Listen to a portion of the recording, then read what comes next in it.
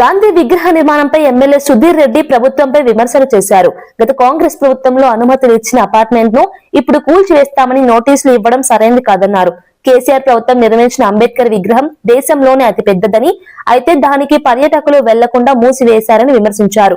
ఇప్పుడు 5,000 కోట్లతో గాంధీ విగ్రహం నిర్మిస్తామని చెప్పడం ఆశ్చర్యకరమన్నారు. ఇప్పటికే ఉన్న విగ్రహానికి పర్యాటకులను అనుమతించకుండా కొత్త విగ్రహం కోసం వందల ఇళ్లను కూల్చే ప్రయత్నాన్ని బీఆర్ఎస్ పార్టీ వ్యతిరేకిస్తుందని తెలిపారు. మరి అక్కడ గాంధీ ఘాట్ కట్టాల్సిన అవసరం ఏమొచ్చింది? 5,000 కోట్ల రూపాయలతోటి ఇలా గాంధీ ఘాట్ కడతా అని చెప్పేసి ఇలా ముఖ్యమంత్రి గారు ప్రకటిస్తున్నారు. మరి రాష్ట్ర ఖజానా ఖాళీ అయిపోయింది. పేగులు పొట్ట చింపిన నా దగ్గర ₹1 లేదు. నన్ను ఏమి అడగకండి మీరు, నేను ఎవరికి ఏమి ఇవ్వలేను, బిల్లులు చెల్లించలేను, మరి అలాగే ఉద్యోగస్తులకు పింఛన్ కూడా చెల్లించలేను, ఎవరికి చెల్లించలేను అని ఒక దిక్కు చెప్పుకుంటూ రెండో వైపు ఏమో కొన్ని వేల కోట్ల రూపాయలు దుబారాగా ఖర్చు చేసే ప్రయత్నం చేస్తున్నారు.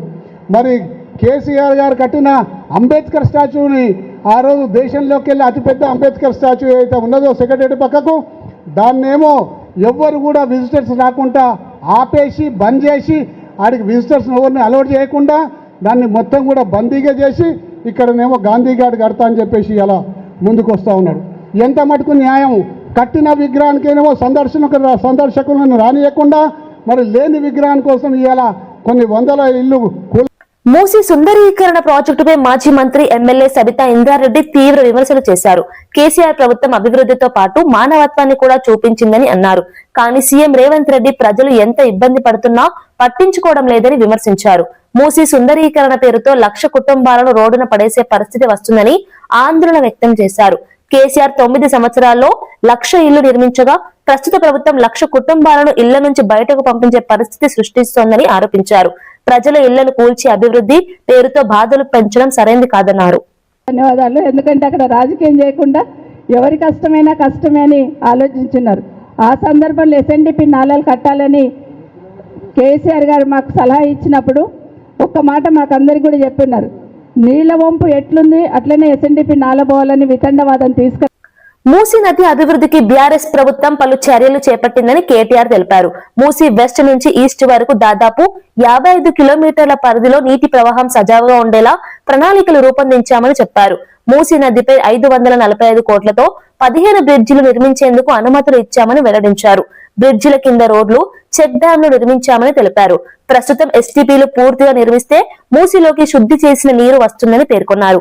ఆ నీరు పాత నల్గొండ జిల్లాకు చేరుతుందని తెలిపారు. మూసీ అభివృద్ధి కోసం గత ప్రభుత్వం పటిష్ట ప్రణాళికలు రూపొందించిందని కేటీఆర్ చెప్పారు. కిలోమీటర్కి 1.5 మీటర్ల డ్రాప్ ఉంటుంది. అంటే నీటి చుక్క ఒకటి కూడా ఆగదు. నీళ్లు వస్తే పోతూనే ఉంటాయి తప్ప ఆగవు. మరి నీళ్లు ఆగితేనే కదా ఇక్కడ రేపటి రోజున బోటింగ్ కానీ టూరిజం స్పాట్స్ కానీ వీటిని డెవలప్ చేయొచ్చు. ఏం చేయాలని ఆలోచన చేసినాం.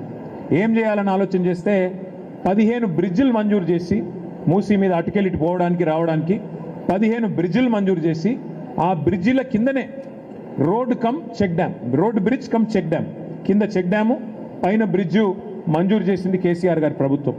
ఇది కూడా కేసీఆర్ గారి ప్రభుత్వంలో 15 బ్రిడ్జిలకి 545 కోట్ల రూపాయలతోని మంజూరు ఇచ్చినాము. శంకుస్థాపనలు కూడా మేమే చేశాం. ఫిర్జాది కూడా మాజీ మేయర్ గారు ఇక్కడే ఇక్కడ ఉన్నారు.